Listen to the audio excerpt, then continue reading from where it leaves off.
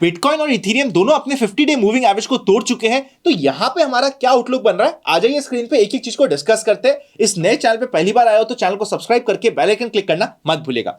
देखिए, अगर आप सबसे पहले बिटकॉइन की बात करेंगे ना, तो इसने अभी जस्ट आज के दिन ही अपना 50 डे मूविंग एवरेज को तोड़ा है। अगर हमारे रिसेंट पास्ट में जो हमारा डिस्कशन हुआ है, यहां पे हमारा बुलिश व्यू का डिस्कशन हुआ था, यहां पे हमने शॉर्ट का डिस्कशन किया था, यहां पे हमने वापस से बुलिश व्यू का डिस्कशन किया था चैनल पे, इसी सेम चैनल पे आपको वीडियो मिल जाएंगे, आप जाके चेकआउट कर सकते हो। और अब यहां पे क्या व्यू बन रहा है, देखो, पहला सपोर्ट, दूसरी बार सपोर्ट, और अब ये तीसरी बार सपोर्ट, अब ये चौथी बार सेम लेवल पे आ रहा है। तो चौथी बार जब सेम लेवल पे आता है तो इसके टूटने की प्रोबेबिलिटी रहती है। आप बोलोगे कितनी परसेंट प्रोबेबिलिटी है? आप पूछोगे अनंत कितनी परसेंट प्रोबेबिलिटी है, मैं कहूंगा कि यार पहली टाइम तो ये प्रोबेबिलिटी रहती है कि मेजॉरिटी टाइम ये ले जाएगा, दूसरी टाइम 40-50% प्रोबेबिलिटी रहती है कि ले जाएगा, थर्ड टाइम यहीं से बाउंस बैक की प्रोबेबिलिटी रहती है 30% की, और एक बार इसको ब्रेक करके फिर बाउंस बैक की प्रोबेबिलिटी रहती है रफली आप बोल सकते हो 60-70% की प्रोबेबिलिटी आ जाती है। अब ये ब्रेक करने से होता है क्या, एक बार साइकोलॉजिकल लेवल पे समझिएगा।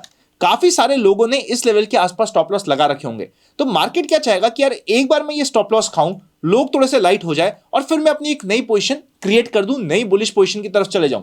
और मैं बुलिश व्यू की अभी बात इसलिए कर रहा हूं क्योंकि अभी भी जो ओवरऑल ट्रेंड, ओवरऑल व्यू बना हुआ है, वो अभी भी मेरा पर्सनली बुलिश है। बट टाइम पे हम क्योंकि रेगुलरली डिस्कस कर रहे हैं, तो हमें दोनों साइड के मूव को डिस्कस करना पड़ता है। फॉर एग्जांपल, जिस समय ये 1,05,000 के आसपास पहुंच गया था, मैंने ही यहां पे आके डिस्कस किया था कि एक बड़ा करेक्शन यहां पे बनता है, रफली 10 से 15% का करेक्शन ड्यू है। इसी तरीके से मैं अभी आपको डिस्कशन करूं तो मेरा पर्सनल माइंड ये कह रहा है कि ट्रम्प की ताजपोशी से पहले पहले एक बुल मूव आ जाए, अप मूव आ जाए, इसकी एक्सपेक्टेशंस अभी भी है। वो एक्सपेक्टेशंस कब खत्म होती है? जब हमारे बुलिश पोजीशन लेते हुए कोई भी स्टॉप लॉस हिट हो जाता है 2 बार से ज्यादा। अभी तक हमारा बुलिश व्यू लेते हुए एक भी स्टॉप लॉस हिट नहीं हुआ है, तो अभी तक हम नहीं कह सकते कि हम उस पोजीशन में आ चुके हैं। जब तक स्टॉप लॉस हिट नहीं होता तब तक हम उस बात को नहीं करेंगे। ओवरऑल यहां पे देखा जाए तो मार्केट क्योंकि 92,000 के बहुत पास है, प्रोबेबिलिटी 30% की होती है कि यहीं से बाउंस बैक कर जाए। मेरा पर्सनल व्यू ये कहता है कि एक बार इसको तोड़ दे पहले नीचे और फिर बाउंस बैक करे, तो ये सस्टेनेबल बाउंस होगा। इवन 10%, 15%, 20% का भी यहां पे आ सकता है, जिसके लिए मैं पर्सनली ज्यादा एक्साइटेड रहूंगा।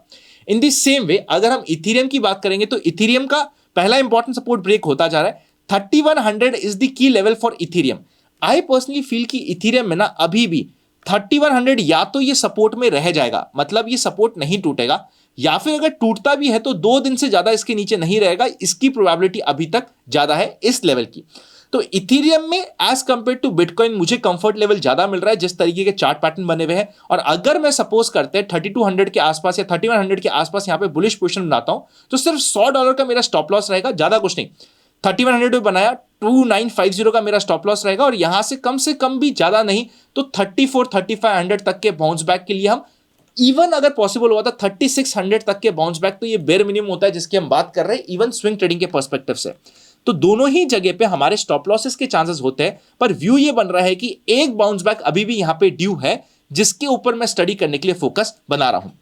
अगर हम इसमें बात करेंगे ना, क्योंकि हम स्टॉक मार्केट से यहां पे कंपेयर करते हैं, देखो उससे पहले मैं आगे का डिस्कशन करूं, आप पर्सनली अगर मुझे जानना चाहते हो कि मैं कहां पे काम करता हूं, तो मैं डेल्टा एक्सचेंज इंडिया में काम करता हूं, जहां पे आपको लेवरेज भी काफी अच्छी मिल जाती है। एट द सेम टाइम आप इंडियन रुपीज में ही काम करते हो, तो टैक्सेशन भी आपके इजी हो जाता है। डेल्टा पे अपने अकाउंट खुलाने का लिंक डिस्क्रिप्शन में मिल जाएगा, और अगर डिस्क्रिप्शन में दिए गए लिंक से अगर आपने अपना अकाउंट खुलाया तो नीचे आपको एक और फॉर्म मिल जाएगा, उसको भर दीजिएगा। हम एक स्पेशल चैनल पे आपको जोड़ने की कोशिश करेंगे, जहां पे नई नई चीजें डिस्कस करते हैं। फॉर एग्जाम्पल, जब मार्केट ये टॉप बना रहा था, यहां पे हमारा वहां पे डिस्कशन हुआ था कि यार एक यहां से डिप बनता है तो सावधान हो जाओ, तो इसलिए आप उधर खुला के अपना अकाउंट उस ग्रुप का पार्ट बन सकते हो।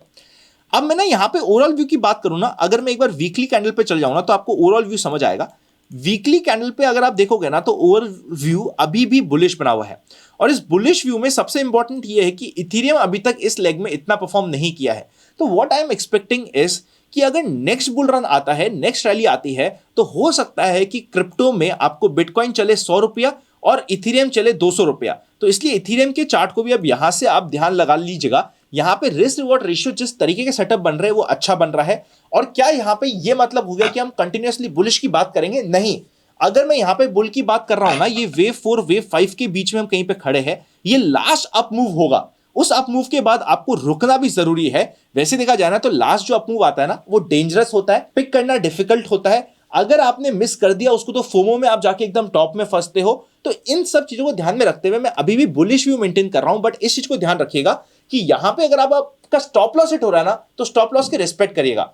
स्टॉप लॉस आपकी क्रिप्टो में अगर आप टारगेट और स्टॉप लॉस की बात कर रहे हो और पोजिशनल ट्रेड ले रहे हो ना, तो रफली 6% के आसपास का स्टॉप लॉस और 15% के आसपास का टारगेट, ये सेटअप मुझे पर्सनली ज्यादा पसंद आता है। बिकॉज अभी भी ना क्रिप्टो में जब हम ट्रेड करते हैं ना, थोड़े से हमारे लिए जो चार्जेस है, जो ब्रोकरेजेस है, वो हाई है। इसलिए मैं अल्ट्रा शॉर्ट टर्म की ब्रोकरेज में ट्रेड करना कई बार दिक्कत दे देता है। वैसे जो डेल्टा एक्सचेंज की मैं बात कर रहा हूं, वहां पे जब आप ब्रोकरेज में ट्रेड करते हो, आपको सेल साइड में स्पेसिफिकली अगर आप स्कैल्प कर रहे हो तो 0 ब्रोकरेज लगती है, तो वहां पे ब्रोकरेज आपको फायदा हो जाता है। बट फिर सिर्फ 15 मिनट की ब्रैकेट रहता है, स्कैल्पिंग के लिए वो एप्लीकेबल होता है। इसीलिए अगर आपको स्कैल्प करना नहीं आता तो फिर आप ध्यान रखिएगा इस चीज को कि थोड़ा सा 2-3 दिन का व्यू बना के, 5 दिन का, हफ्ते भर का व्यू बना के काम करोगे तो ब्रोकरेज भी कम लगेगी। मेरा काम है आपको सच बताना, ब्रोकरेज भी कम लगेगी और काम बेटर कर पाओगे, तो ये बेटर माइंडसेट हो जाता है।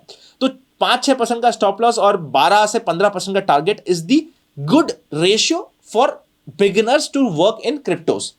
आई होप इस कंप्लीट माइंडसेट में आपको मजा आया होगा। इथेरियम देखोगे तो नहीं चला, इसी की जगह आप सोलाना देखोगे तो सोलाना फिर भी अच्छा परफॉर्म कर गया है। बट जो ये सोलाना का टॉप बनाया ना 261 के आसपास का, एक बार इस लेवल के आसपास के वापस से रिटेस्ट हो जाए तो that will be a better की। और यहां पे जो इंपॉर्टेंट लेवल्स आ रहे हैं वो 160 के आ रहा है। 160 के आसपास अच्छा risk reward ratio even Solana में बन रहा है। टॉन की मैं आपसे ज्यादा बात नहीं करूंगा बिकॉज ये थोड़ा सा कंपैरेटिवली रिस्की है, टेलीग्राम की करेंसी है, बट स्टिल ये अपने 4.5 के इंपॉर्टेंट सपोर्ट लेवल रहता है जिसके ऊपर हम ध्यान लगा सकते हैं। आई होप इस वीडियो में मजा आया होगा। नए चैनल पर तो सब्सक्राइब करके जाना। Happy learning and I will see you very soon.